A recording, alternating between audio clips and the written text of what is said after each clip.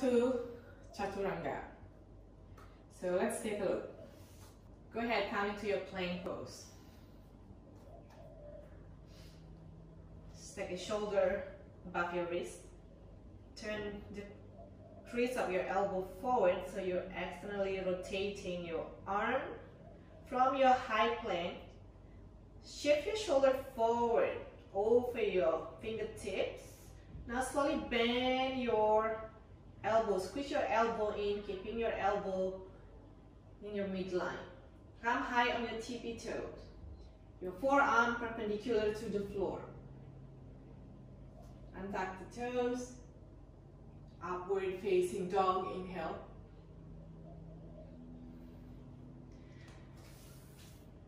Chaturanga is one of the pose or asana that is pretty hard to hold for longer breath.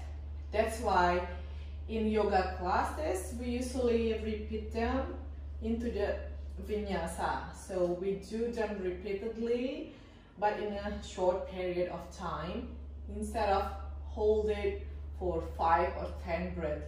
It's pretty hard and strong pose to hold. So the common mistake that usually happen is from plank pose, we don't shift the shoulder forward enough.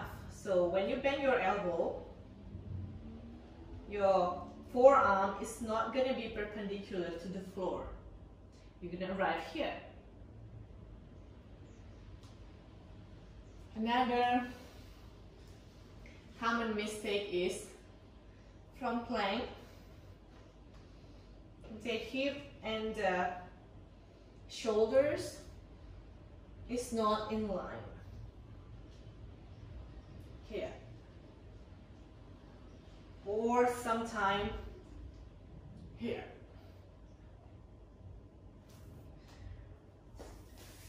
You can record yourself when you're doing your Chaturanga so you can refine your Chaturanga.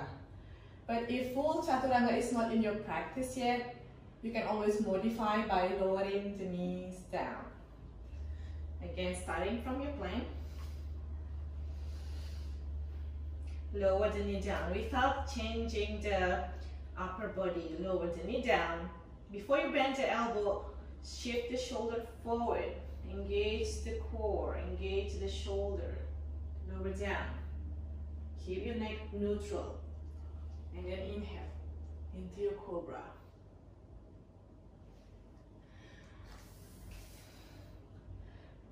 With practice, you'll achieve your full Chaturanga.